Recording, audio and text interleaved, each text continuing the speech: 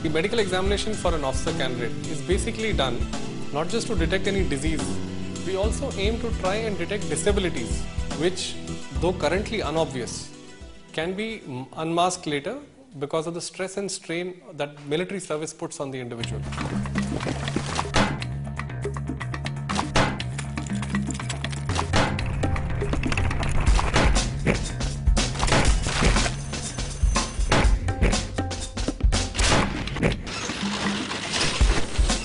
You would be surprised to know that the average rates of rejection on medical grounds almost reaches 30%.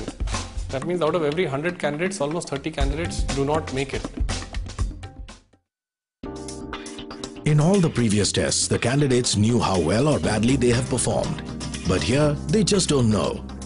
They're all here because they did well in the selection tests. But what about their body?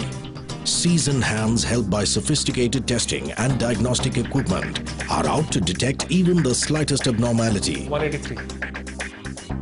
There are basic standards of height that have been mentioned. The weapons that are available are made for a particular body structure. An individual who is shorter than 153 centimeters may not be able to handle the standard weapons.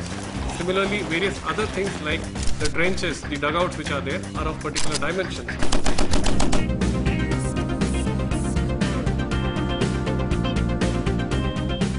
Thereafter, we look at the respiratory system. We examine the chest. We look for the shape of the chest.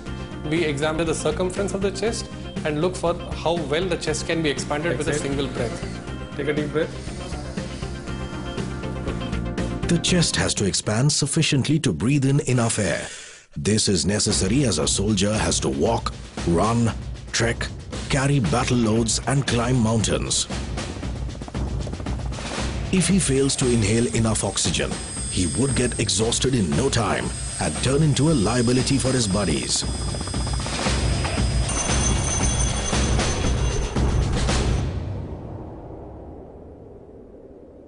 Also, the air is thin at high-altitude battle zones, which means there is less oxygen. If someone's lungs are not expanding to the optimum, he shall suffer oxygen deprivation. This would seriously compromise his own safety as well as his battlefield performance.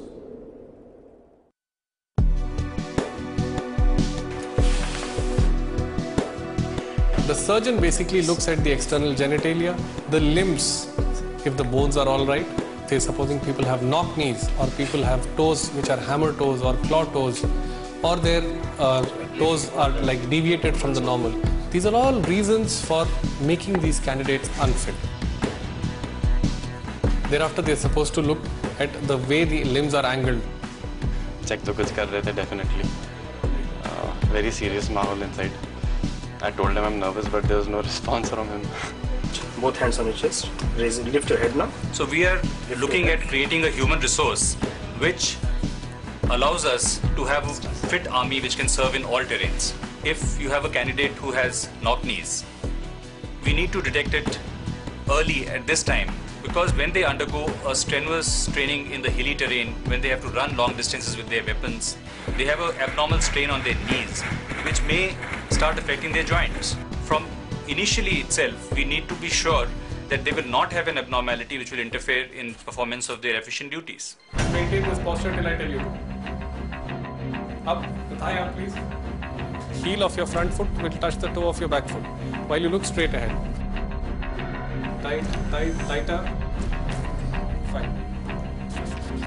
That's it. Don't break my fingers. A soldier needs to have a keen eyesight. You need to spot the enemy from far and shoot him from far. If you do not have good eyesight, you will be a very bad target, or rather you'd be a very good target for the others. DHLBN-CDPALO. The other things which people do not realize is color perception. We are born thinking this is blue, this is red, this is green. We do not know what exactly is red color. Is it the same as what others see? So the eye specialists have specific charts with which they can check the color perception of an individual. Let's say somewhere in the jungles, if a person is properly camouflaged.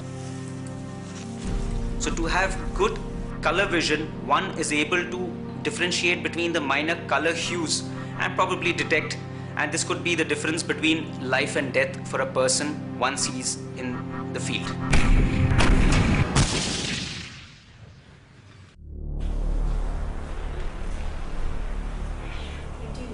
$21, $85. A soldier must have a sound sense of hearing in both the ears. The ear canal and eardrums should be free of any damages and deformities. 42, 41, 45.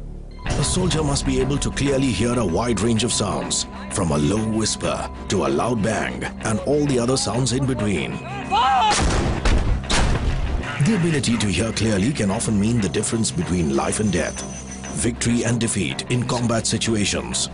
The capability to detect the source and direction of sound can be useful in locating targets and estimating their distance for launching attacks.